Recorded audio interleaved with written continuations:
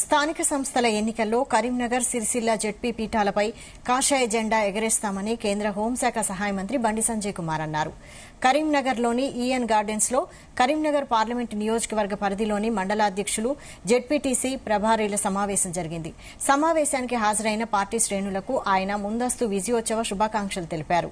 స్థానిక సంస్థల ఎన్నికల్లో కాంగ్రెస్ బీఆర్ఎస్ పార్టీలను ఎప్పుడెప్పుడు ఓడిద్దామా అని ప్రజలు ఎదురు చూస్తున్నారనే విషయాన్ని ప్రస్తావించారు. ఎన్నికల్లో పోటీ చేయదలుచుకున్న వారంతా క్షేత్రస్థాయిలో ప్రజలతో మమేకం కావాలని బండి సంజయ్ సూచించారు. కరీంనగర్ పార్లమెంట్ నియోజకవర్గంలో అన్ని పార్టీలకు ధీటుగా మనం ఉన్నాం.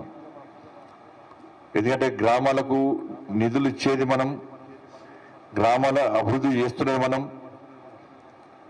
దాంతోపాటు అనేక కమ్యూనిటీలకు కానీ గుళ్లకు బళ్ళకు అనేక సంస్థలు కూడా మనం అన్ని రకాలుగా సాయం చేసే ప్రయత్నం చేసినాం. నిత్యం ప్రజలకు అందుబాటులో ఉంటున్నటువంటి పార్టీ భారతీయ జనతా పార్టీ.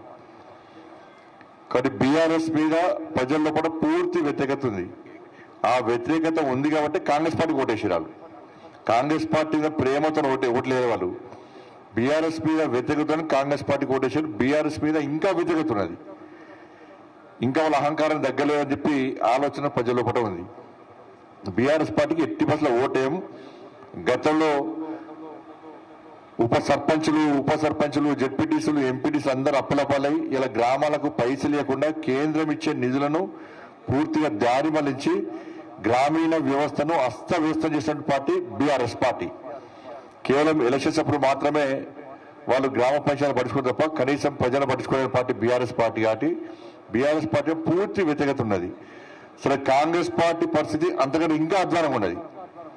ఆ రెండు పార్టీలు తెలుసు, బీఆర్ఎస్ పార్టీ తెలుసు, కాంగ్రెస్ పార్టీ తెలుసు.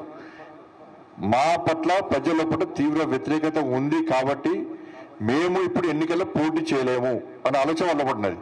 తప్పకుండా ఈసారి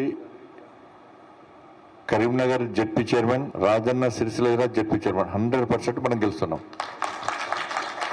ఇది అహంకారంతో చెప్తలేను నేను. ఉన్నటువంటి సర్వే రిపోర్ట్ల ప్రకారం, ఉన్నటువంటి వాతావరణం ప్రకారం ఇవాళ మనం పక్కా 100% మనం గెలవబోతున్నాం.